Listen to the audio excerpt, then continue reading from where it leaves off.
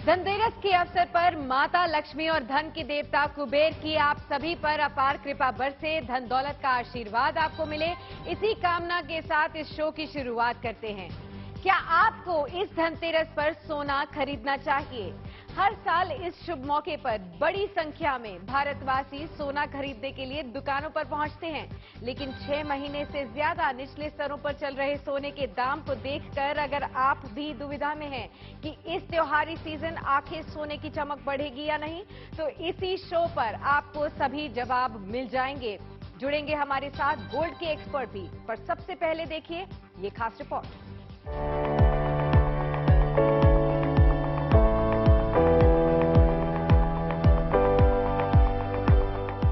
Gold यानी सोना, जिसकी सुनहरी चमक किसी को भी दीवाना बना दे।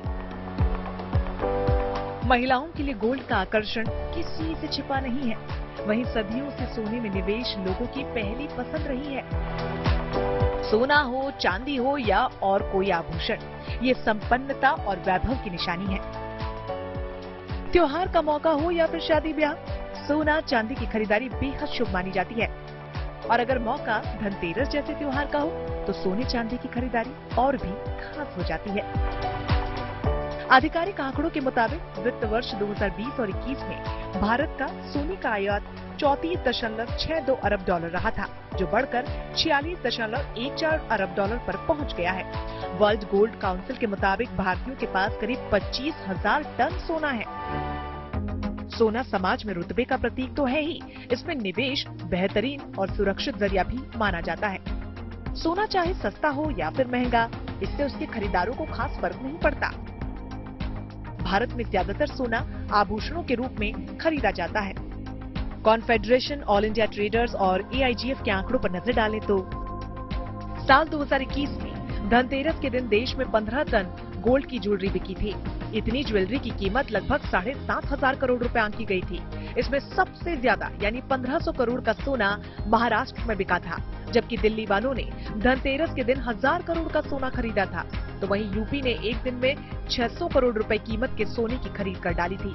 पिछली धनतेरस पर सोने की खरीद करने में दक्षिण भारत के राज्य भी पीछे नहीं रहे थे। दक्षिण भारत के राज्यों में पिछली धनतेरस पर एक दिन में 2,000 करोड़ रुपए का सोना खरीदा गया था।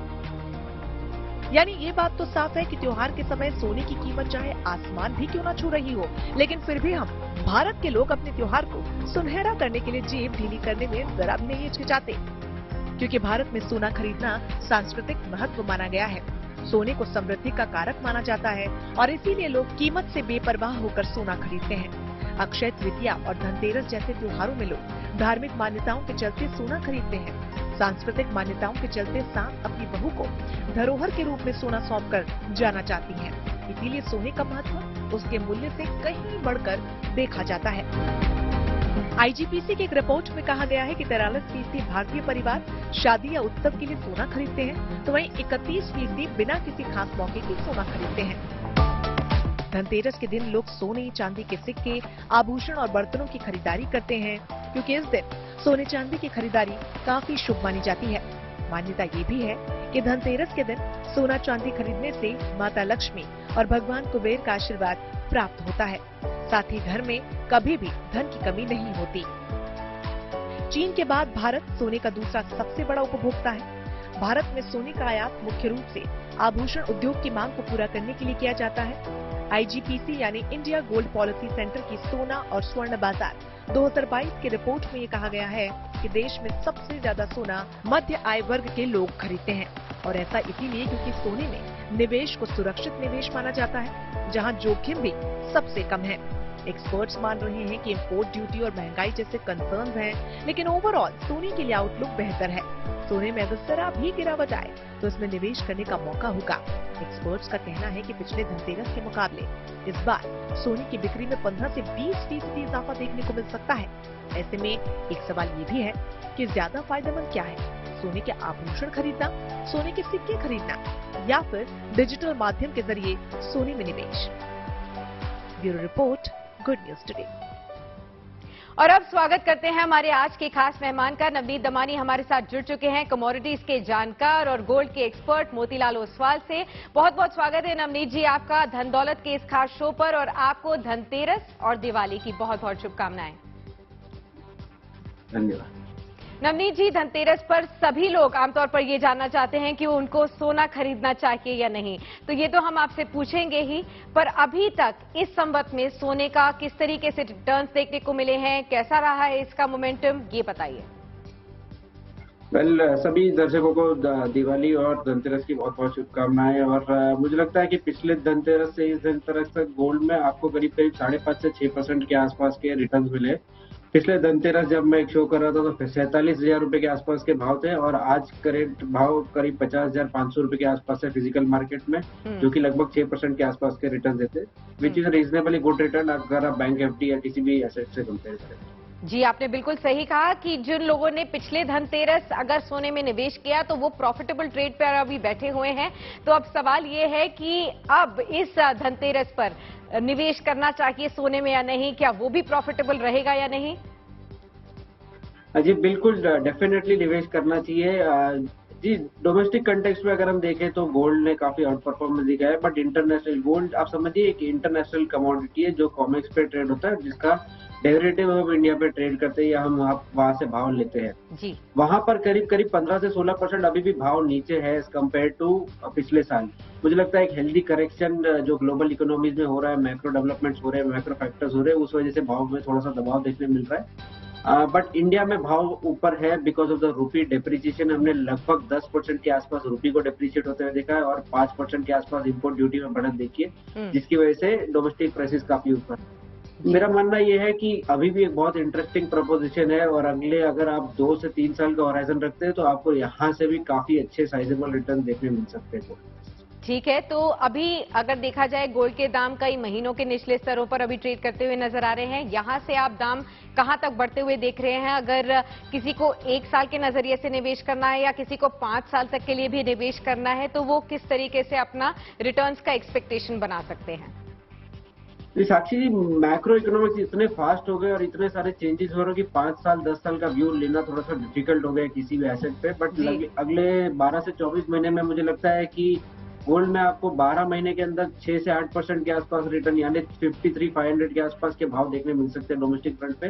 और अगले 24 महीने आपको 58,000 यानी यहाँ से 15-16% के आसपास के रिटर्न भी देखने मिल सकते हैं। तो ये डेफिनेटली एक इंटरेस्टिंग प्रपोजिशन है। यहाँ पर या यहाँ से 1,000-1,500 रुपए के करेक्शन पे घबराना नहीं है, आपको ऐड करते जाना है, और आपको अगले 2 साल में बहुत ही डिसेंट रिटर्न्स की उम्मीद बनती है गोल्ड। ठीक है, तो साथ ही साथ सोने के अलावा अगर हम चांदी से के बारे में भी आपसे जानना चाहें कि सोना और चांदी साथ साथ ही ऑलमोस्ट देखा जाता है, लेकिन अक्सर भारतवासी जो है सोने के ऊपर ज्यादा निर्भर करते हैं कभी भी अगर कमोडिटीज या प्रेशियस मेटल्स के इन्वेस्टमेंट की बात हो तो। लेकिन अगर किसी को चांदी भी एज एन इन्वेस्टमेंट ऑप्शन देखना हो तो यहाँ पर आपकी क्या राय रहेगी? चांदी विज़ गोल्ड एक थोड़ा सा ऐसा कमोडिटी है जहाँ पे वोलेटिलिटी काफी होती है, तो जो लोग अपने पोर्टफोलियो में ज्यादा हलचल नहीं चाहते हैं उनको तो गोल्ड में निवेश करना चाहिए। बट जो थोड़ा सा एडिड एडवांटेज चाहते हैं अपने पोर्टफोलियो में, थोड़ा सा रिस्क लेके ज्यादा रिटर्न पाने की आशंका रखते हैं, उन लोगों के लिए चांदी एक बहुत अच्छा विकल्प है। मेरा मानना यह है कि चांदी पिछले 2 सालों में तो काफी सुस्त या काफी नरमी का माहौल देखने मिला है चांदी में, बट पिछले अगर हम 5 साल में देखें तो चांदी करीब करीब 40% 45% के आसपास रिटर्न दिया, और ऐसे ही रिटर्न्स मैं अगले 2 साल में भी एंटिसिपेट करता हूँ। मुझे लगता है 2023 पूरा साल में आपको चांदी में एक अच्छा परफॉर्मेंस देखने मिलेगा, और यहाँ से 25 से 30% यानी कि 72,000 से लेके 75,000 तक के स्तर आपको चांदी में देखने मिल सकते हैं। तो विज़ गोल्ड आपको बेटर रिटर्न देखने मिल सकते हैं, बट पोर्टफोलियो वोलेटिलिटी आपकी थोड़ी सी हाई रहेगी। जी, तो अगर किसी को आपको राय देनी हो कि इस धनतेरस पर सोना खरीदें या चांदी, तो दोनों में से आप क्या कहेंगे? दोनों का मिक्स खरीदा जा सकता है। आप करीब जी, मैं मानता हूँ कि एक आम इंडियन निवेशकों के पोर्टफोलियो में करीब करीब 7.5 से 10% के आसपास प्रेशियस मेटल का एलोकेशन होना चाहिए। आप चाहे तो 5% सोना और चांदी में डिवाइड कर सकते हैं, या 5% गोल्ड में और 2.5% के आसपास चांदी में इन्वेस्ट कर सकते हैं।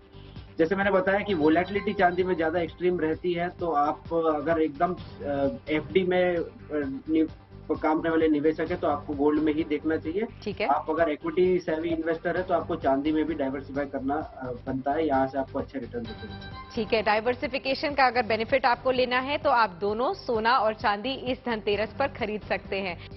नवनीत जी, आप बने रहिए हमारे साथ। दर्शकों को अब एक झलक दिखाते हैं कि सोने में अब तक हमें कैसे रिटर्न्स देखने को मिले हैं।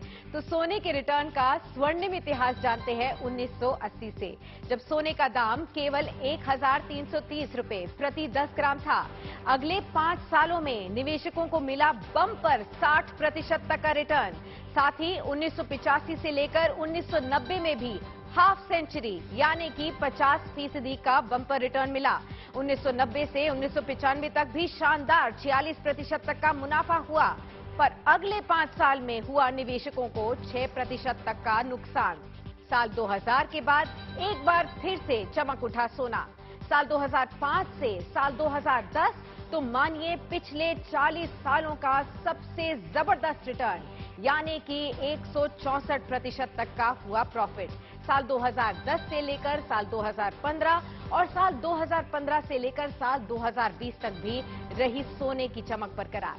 पिछले 3 साल में भी 8% तक का बढ़िया रिटर्न मिला, जो कि आपके एफडी, ईपीएफ, पीपीएफ जैसी सभी स्कीम से ज्यादा है। लेकिन अब सवाल उठता है कि क्या सोना आगे भी ऐतिहासिक मुनाफा देगा? तो नवजीत जी, आपने अभी देखा कि किस तरीके से रिटर्न्स हमने देखे हैं सोने में, अगर हम बात करें पिछले कई सालों की। लेकिन अगर ये बात की जाए कि सोने में निवेश कब तक के लिए रखना चाहिए, ये बताइए, क्योंकि अक्सर लोग अगर सोने में निवेश करते हैं तो उन्हें ये नहीं पता होता कि इसका टाइम पीरियड क्या रखें। जब सोने में निवेश कर दिया तो उसका सही वक्त क्या है एग्जिट का, ये भी समझाइए। जैसे आपने डाइवर्सिफिकेशन की बात की तो मैं उसी में थोड़ा सा ऐड करना चाहूंगा। जब आप घर खरीदते हैं तो आप ये नहीं सोचते कि मैं इस घर में कितने टाइम तक रहूंगा या कितने साल इन्वेस्ट करूंगा। एक्विटी में भी सिमिलरली एक फ्रेम नहीं डिसाइड करके चलते हैं। वैसे गोल्ड एक परपेचुअल इन्वेस्टमेंट है और ये आपको रिस्क, इन्फ्लेशन और हेज जैसे प्रोटेक्ट करता है। मेरा मानना ये है कि आम निवेशक के पोर्टफोलियो में 7.5 से 10% गोल्ड एनी पॉइंट होना चाहिए, चाहे वो तेजी का बाजार हो, चाहे वो साइडवेज बाजार हो या थोड़ा सा नरमी का बाजार हो। तो आप हमेशा इसमें इन्वेस्टेड रहने चाहिए। आप एलोकेशन ट्वीक कर सकते हैं। जब बहुत साइजेबल रिटर्न देखने मिल रहे हैं तो आप थोड़ा सा प्रॉफिट बुक करके वापस एक करेक्शन का वेट कर सकते हैं, जहाँ पे आप फिर से एक इन्वेस्टमेंट अपॉर्चुनिटी बना। ठीक है, ये भी आपने सही रणनीति बता दी है कि जो लोग स्पेशली निवेश के पर्पज से ही गोल्ड या सिल्वर में इन्वेस्ट कर रहे हैं उनको क्या स्ट्रैटेजी अपनानी चाहिए, ये भी अब आपको पता चल चुकी है। लेकिन अगर हम इस धनतेरस और दिवाली की बात करें तो किस तरीके के ट्रेंड सामने आ रहे हैं? क्या लोग ज्यादा अभी ज्वेलरी खरीद रहे हैं या कॉइन्स और बार्स खरीद रहे हैं? और खासतौर पर अगर फिजिकल गोल्ड की ही बात हो तो कहां पर खरीदने में सबसे ज्यादा फायदा रहता है? ज्वेलरी खरीदी जाए या गोल्ड और बार्स और कॉइन्स? वेल, लास्ट इस धनतेरस का तो नंबर अब तक आए नहीं है पूरी तरह से, बट मुझे लगता है कि लास्ट कुछ सालों में हमने जो एक ट्रेंड शिफ्ट होते हुए देखा है, जहाँ पे लोगों का रुझान ज्वेलरी से हटके बार्स और कॉइन्स की तरफ जाते हुए देखने मिल रहा है। प्राइमरीली ज्वेलरी में आप देखते हैं कि प्योरिटी और क्लैरिटी का काफी सारा एक मसला रहता है, हॉलमार्किंग को लेकर काफी सारे इश्यूज रहते हैं, जिसकी वजह से लोग अभी ज्वेलरी उतना प्रेफर नहीं करते हैं एज कम्पेयर टू व्हाट मेरे ख्याल से 10-15 साल पहले की जाती थी। और कॉइन्स और बार में आपको वो प्योरिटी मिलती है, टेम्पर प्रूफ पैकिंग में आते हैं और आपको एक्सचेंज वैल्यू भी उसकी उतनी हद तक रीजनेबली अच्छी मिलती है जिस भाव पे आपने खरीदा उसका कंपैरिजन में। तो मेरा मानना है कि आने वाले कुछ सालों में आपको ये ट्रेंड बहुत स्ट्रांगली इमर्ज होते हुए दिखेगा, जहाँ पे लोगों का निवेश कॉइन्स और बार में होगा या डिजिटल एसेट्स में होगा एज कम्पेयर टू ज्वेलरी। ठीक है, तो आज बाजार में सोने में निवेश के लिए कई ऑप्शंस मौजूद हैं। बहुत से नए, सेफ और किफायती तरीकों से भी आजकल लोग गोल्ड खरीद रहे हैं, यानी कि जो डिजिटल गोल्ड के ऑप्शंस हैं वो भी बाजार में आ चुके हैं। तो आइए देखते हैं कौन कौन से तरीके हैं ये इस खास रिपोर्ट में।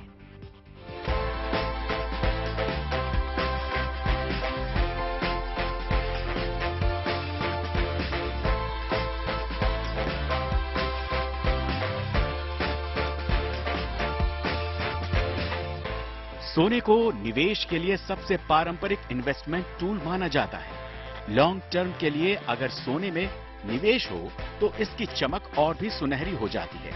जानकारों का तो यहां तक मानना है कि आने वाले दिनों में सोना अच्छा रिटर्न दे सकता है। सोने में निवेश के कई ऑप्शन मौजूद हैं। फिजिकल गोल्ड के जरिए सोने की खरीदारी की जाती है। गोल्ड ईटीएफ के जरिए भी सोने में निवेश किया जा सकता है। वहीं सरकार की ओर से जारी सॉवरेन गोल्ड बॉन्ड के जरिए भी सोना खरीदा जा सकता है। सोना भारतीय अर्थव्यवस्था में निवेश और विदेशी निवेश के आउटफ्लो का बड़ा हिस्सा है। इसीलिए गोल्ड बॉन्ड स्कीम ऐसे निवेशकों के लिए अहम है जो सोने में अपने पोर्टफोलियो को बांटना चाहते हैं। सॉवरेन गोल्ड बॉन्ड का सबसे बड़ा फायदा यह है कि शुरुआती निवेश की राशि पर सालाना 2.5% की एक निश्चित ब्याज दर के साथ आता है। ये ब्याज निवेशक के बैंक खाते में छमाही आधार पर जमा होता है। सॉवरेन गोल्ड बॉन्ड में 8 साल का लॉक इन पीरियड भी होता है।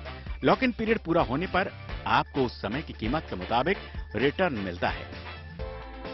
सोने के निवेश को जोखिम मुक्त माना जाता है क्योंकि सोने की कीमतें शेयर बाजार के उलट चलती हैं। भारत में काफी लोग फिजिकल गोल्ड यानी सीधे ज्वेलरी शॉप से सोने की खरीदारी करते हैं।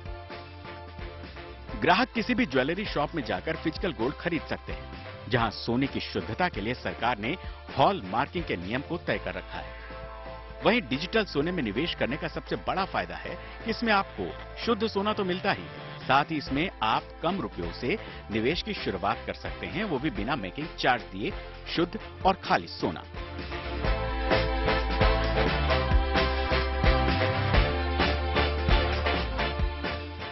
सोने को शेयर की तरह खरीदने की सुविधा को गोल्ड ETF कहते हैं। Gold ETF exchange traded fund है जिन्हें स्टॉक एक्सचेंज पर खरीदा और बेचा जा सकता है।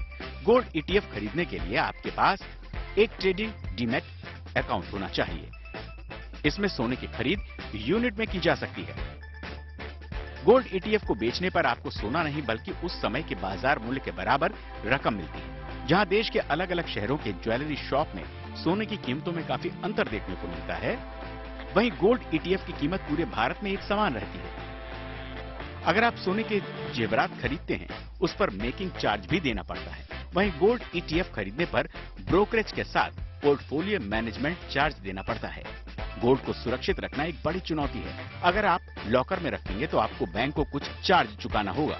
अगर आपके घर में सोना रखा है तो चोरी का खतरा हमेशा बना रहता है, जबकि गोल्ड ETF में ये सब झंझटबाजी नहीं है। इसीलिए निवेश के हिसाब से गोल्ड ETF बढ़िया विकल्प साबित हो सकता है। एक बात और, गोल्ड ETF में सॉवरेन गोल्ड बॉन्ड की तरह लॉक इन पीरियड का भी लफड़ा नहीं है, यानी जब मन करे अपना सोना ऑनलाइन बेच सकते हैं। Bureau report, good news today.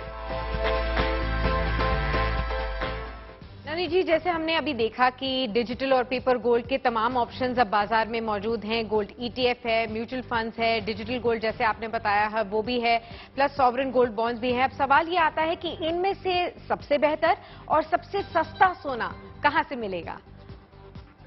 Well, ये इस क्वेश्चन का आंसर आप कितने समय के लिए इन्वेस्ट करने के देख ले उसके ऊपर जुड़ा हुआ है। अगर आपका टाइम हॉराइजन 8 से 10 साल है तो मेरे हिसाब से सोवरेन गोल्ड बॉन्ड सबसे बेस्ट प्रोडक्ट है।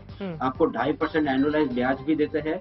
आपके जो गेन्स आते हैं 8 साल के बाद जो प्रोसीड्स आते हैं वो टैक्स फ्री है, और उसके साथ साथ में आपको एक डिस्काउंट पे भी अवेलेबल होता है करंट प्रिवेलिंग मार्केट प्राइस से। और 8 साल की अवधि अगर आप है तो मेरे हिसाब से एक अच्छा बेनिफिट मिलेगा आपको सोवरेन गोल्ड बॉन्ड में इन्वेस्ट करके। उसके बाद आते हैं ETF, जहाँ पे मुझे लगता है कि ETF में एंट्री और एग्जिट पॉइंट काफी स्मूथ है, काफी इजीली आप एंटर कर सकते हैं, एग्जिट कर सकते हैं, और जो मैनेजमेंट फीस है वो भी बहुत ज्यादा नॉर्मल नहीं है। आपको 0.4-0.5% एनुअलाइज मैनेजमेंट AMC चार्जेस के अंदर आप ETF में निवेश कर सकते हैं। तो मेरे हिसाब से सेकंड बेस्ट विकल्प अगर सोवरेन गोल्ड बॉन्ड के आता है तो वो गोल्ड ETFs होता है। सोने को लेकर अब जनता के भी ढेर सारे सवाल हम तक पहुंचे हैं, तो वो भी हम आपसे जान लेते हैं। सबसे पहला सवाल हमारे पास जो आया है वो बड़ौदा से है। ये मानसी पूछ रही हैं आपसे सवाल। वो जानना चाहती हैं कि डिजिटल गोल्ड में अगर उन्हें निवेश करना हो तो कौन सी ऐप या फिर वेबसाइट से उनको ये डिजिटल गोल्ड खरीदना चाहिए?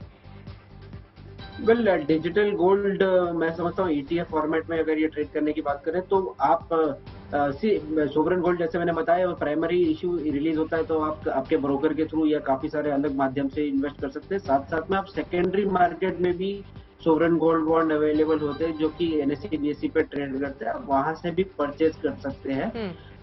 लास्टली ETF जो है वो NSE प्लेटफॉर्म पे ट्रेड होते हैं, तो आप जिस ब्रोकर के साथ डिपेंडेंट है उनके मोबाइल ट्रेडिंग ऐप्स या उनकी EXC से या उनके एडवाइजर को फोन करके आप ट्रेड कर सकते हैं एंड आप वहां से ETFs के अंदर इन्वेस्ट कर सकते हैं गोल्ड रिलेटेड। जी, अगला सवाल लेते हैं नवनीत जी। हमारे पास सोनीपत से सवाल आया है, रमेश का सवाल है। वो जानना चाहते हैं कि सोना खरीदने पर कितना टैक्स उनको लगता है?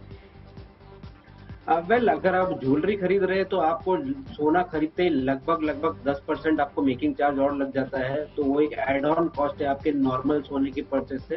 बट आप सिर्फ अगर बार्स और कॉइन में इन्वेस्ट करें तो 12.5% कस्टम ड्यूटी है, basic custom duty, 2.5% agri cess है, तो यानी कि 15% आप जब गोल्ड प्राइसेस इंटरनेशनल वैसे डोमेस्टिक कंपेयर तो 15% डोमेस्टिक गोल्ड महंगा होता है। और फाइनली जब आप गोल्ड परचेज करते हैं तो करंट भाव अगर हम 50,000 का मानते हैं तो उस पर 3% जीएसटी लगती है। फिजिकल ट्रांजैक्शन में जब आप कन्वर्ट करते हो और फिजिकल डिलीवरी ऑफ गोल्ड लेते हैं तो 3% जीएसटी और जो देते हैं, तो कुल मिला के करीब 18% के आसपास आपको कॉस्ट लग जाती है from custom duty to agri cess to GST, अगर आप गोल्ड फिजिकल परचेज करते हैं। ठीक है, तो अब आपको टैक्सेशन एस्पेक्ट भी यहाँ पता चल चुका है। अगला सवाल लेते हैं, ये कोटा से हमारे पास सवाल आया है, मीनाक्षी का सवाल है। वो जानना चाहती हैं कि गोल्ड ईटीएफ या फिर गोल्ड म्यूचुअल फंड, इन दोनों में से कौन सा ऑप्शन बेहतर है, वो कहाँ पर निवेश करें? वेल गोल्ड म्यूचुअल फंड जो होते हैं वो बेसिकली ईटीएफ, अलग अलग ईटीएफ के अंदर इन्वेस्ट करते हैं और वो फंड ऑफ फंड्स कहा जाता है उनको, जो कि अभी थोड़ा सा ट्रैक्शन ले रहे हैं। मेरे ख्याल से Motilal Oswal, I work for Motilal Oswal, और मोतीलाल ओसवाल हमारी फर्म ने भी एक फंड लॉन्च किया है जहाँ पे उन्होंने एक मिक्स पोर्टफोलियो क्रिएट किया है। गोल्ड और सिल्वर के बीच 30% सिल्वर है, 70% गोल्ड में एलोकेशन है।